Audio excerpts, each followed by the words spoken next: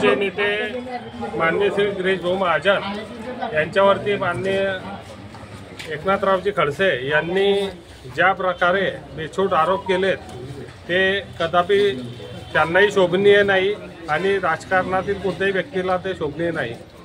एकीकडे एका हातात पुरावा आणि दुसरीकडे आरोप असं सूत्र राजकारणात वापरावं लागतं। मात्र कोणत्याही प्रकारचा आपल्याकडे पुरावा नसताना फक्त आरोप करायचे आणि बदनामी करायची असं एक सूत्र माननीय नाथाभाऊंचं आहे आणि ते त्या पद्धतीने येत्या काही ना काही दिवसामध्ये ते सतत गिरीश भाऊच्या माध्यमातून गिरीश भाऊवरती बदनामी करण्याचा प्रयत्न करत असतात।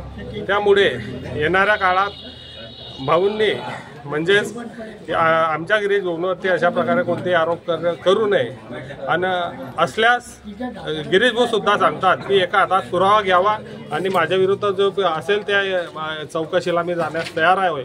एका पुरावा देऊन जर आरोप केले तर त्यात मी कोणत्याही यांना चौकशीला जाण्यास तयार आहे। मात्र पुरावा नसताना आरोप करणं हे निषेध आहे।